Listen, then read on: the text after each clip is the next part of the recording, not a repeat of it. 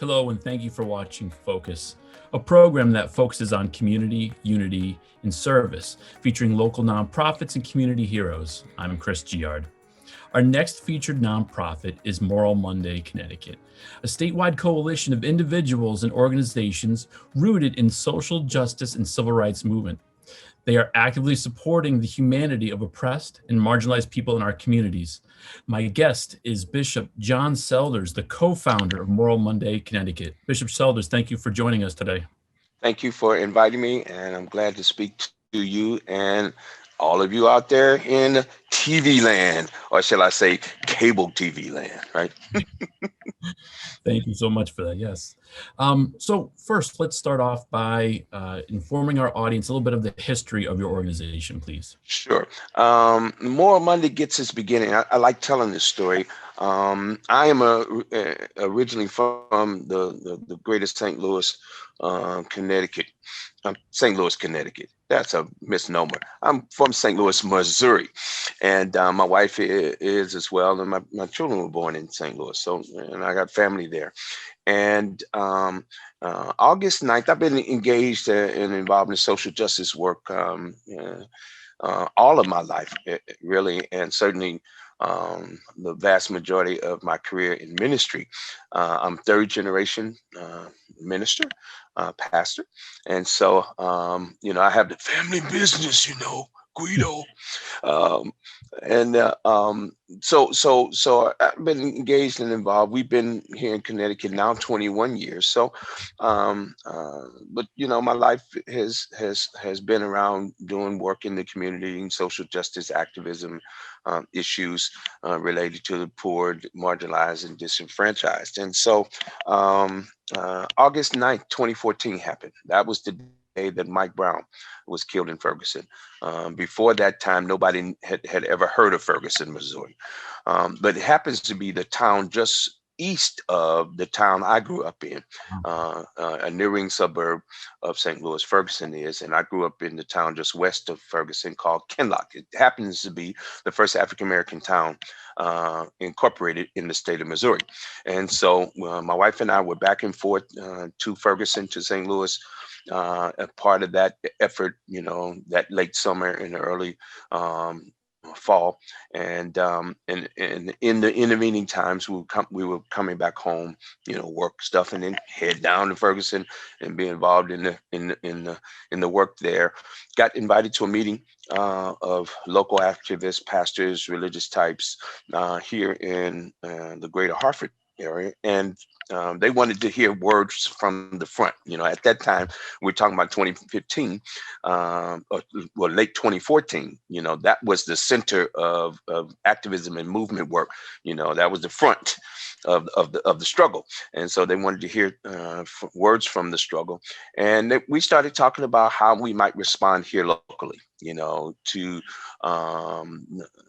it all, and of course, the same old kinds of things that were being suggested. Let's meet with the leading officials of the city, the mayor, the town council, the police chief. And so I kind of, before we got too far down the line, I said, listen, when has it been that those same old things we do ever created really lasting change at all? It'll change for the moment, but it'll be like elastic. It'll just go back to the way it used to be. And I said, I think we ought to go in our toolkit and be a bit more bold. I'm remembering, our civil rights ancestors of a couple of generations ago, and they would turn up. That's the term I learned in Ferguson. They would say, it's time to turn up, right? And so I said, it's time to go back. Older folk, you'll know it as civil disobedience, direct action.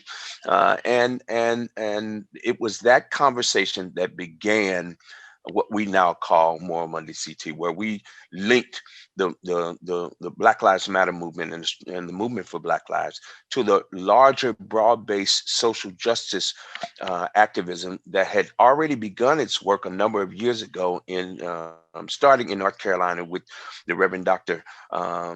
Bishop now, William Barber, who is a dear colleague and friend, who had already begun doing justice work down in North Carolina, and that was beginning to catch fire across the nation as well. So we merged the two at the intersection. And I like to characterize More Monday as doing our work at the intersection of the broad-based social justice work, feeding the poor, homelessness, housing, jobs, healthcare, prison reform, criminal justice reform, and the movement for Black lives.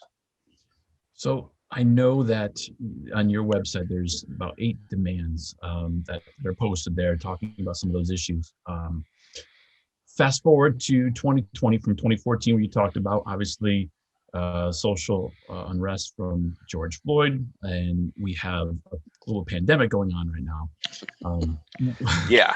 I mean, just pile it all on, right? Right. So one of those things that I'd like to get your input on is affordable and equal housing. So because of the pandemic, we've had this eviction moratorium that's already been extended until February 9th, which is about to happen. So do you feel there's been enough that's been done to assist those in need through the pandemic in order to keep their housing? I feel like there has been attempts. Is it enough? Absolutely not. Listen, as far as I'm concerned, it's a basic premise of the gospel. I'm a gospel preacher, right? I'm a Christian minister. And there's a story in the Gospels that talks about Jesus talking to his disciples, and they ask him the question, Jesus, when you hungry, when you're not in need of clothes, well, when were you in prison? And Jesus says, when you've done it to the least of these, you've done it to me.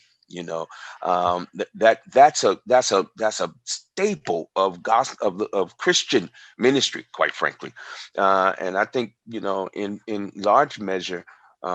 What we are asking folk to do is to respond to people in that way, to respond to the needs of community with compassion and care and regard. And so housing is right to that. I believe, call me a socialist. I know it's a bad word now. I know that, it's a bad word.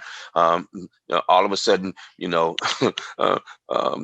Bernie Sanders started talking about being a democratic socialist, and all of a sudden he's a communist. It's a bad word, but let me just tell you, I believe if somebody needs a job, we ought to be able to, in the richest nation and a part of the richest state in the richest country in the world, we ought to be able to hook up,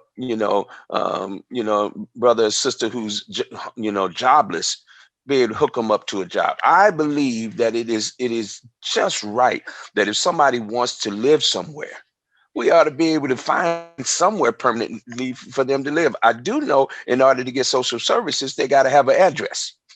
So for me, housing is a human right, quite frankly, especially up here in the cold. Right now, as we take this show, we got below zero, wind chills. So I believe that should be the case. If somebody's hungry, they ought to be able to go sign up and go down there and get some food to eat. I mean, it's for me not rocket science, nor is it somehow criminal or some kind of way, some other kind of governing. I think we ought to just make that a rule in our society that we treat people humanely. So for me, no, it's not enough that we just had one, a moratorium that's going to end at some point or another.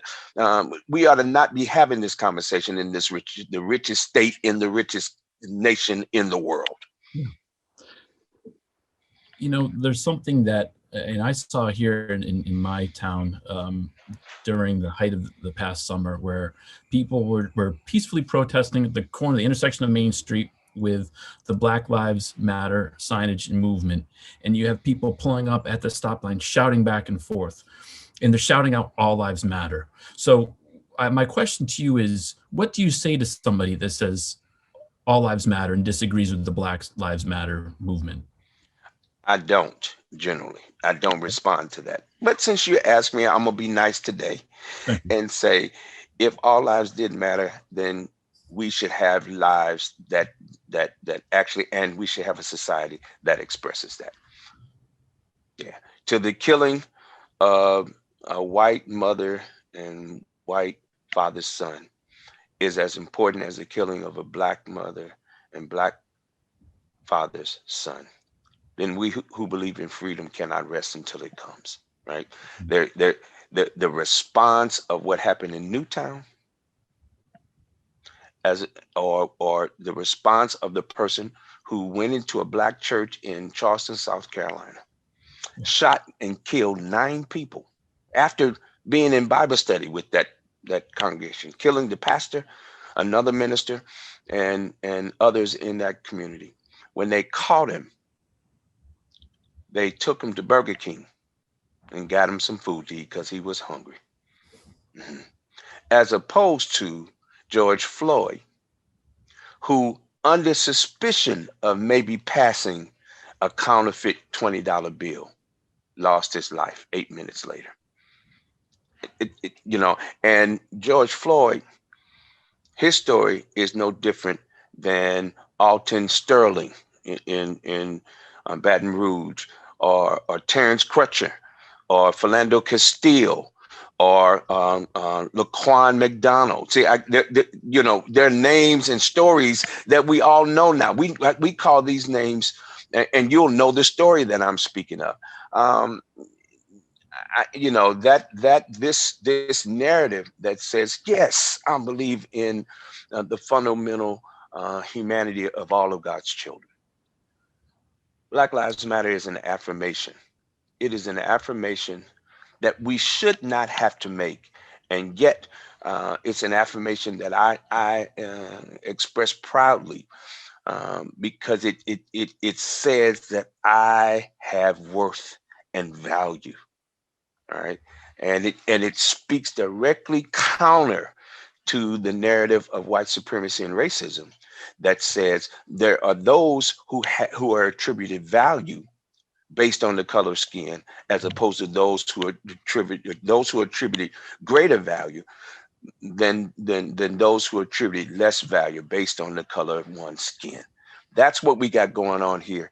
And that's my response to, that's a very nuanced and a long way to say it don't, so that's why I generally walk away from when people start that conversation. But since you asked, and I'm feeling sort of nice and friendly today, I think, and I'm on the cable net, TV show, I thought I should answer that question in accordingly.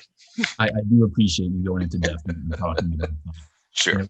So about Moral Monday, Connecticut, is there any events coming up that if people are first hearing about your nonprofit, how can they get involved? Are there events? What can they do? Where can they find you? Sure. To get involved is pretty easy to do. Go to moralmondayct.org, or you can @ Moral Monday CT on all of your social media platforms. We have a presence there. You can check out our website. You can get involved. You can click on a thing and get action alerts from us. We're engaged. We're involved. We're certainly turning our attention to the legislative session now here in the state of Connecticut, and we're going to be active and involved in a number of things that are coming up.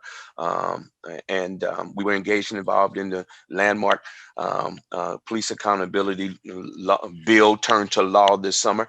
So we're doing the grand old good work of social justice organizing with the political win. I say this all the time, our work is rooted in what I call deep abiding love, not the mamsy-pamsy kind of love that I'm speaking of, not to turn your cheek kind of, thing, although I believe in, nonviolent direct action. But what I am suggesting is that love comes in a deep place. It is a choice one makes rather than based just solely on a feeling. It is a choice to behave and to act justly, and to walk with in the context of your spiritual walk, whatever religion or spirituality that you choose, to walk in an humble, direct and loving manner. Bishop John Selders, the co-founder of Moral Monday, Connecticut. And I wouldn't be remiss of saying the other co-founder is your lovely wife. You got to give a shout out to her. Pamela Selders, absolutely. Otherwise, I would be in trouble. No, I'm just kidding. Bishop Selders, thank you so much for your time today and joining us. And we'll definitely make sure to get the word out, and appreciate your time. Thank you, Chris, very much.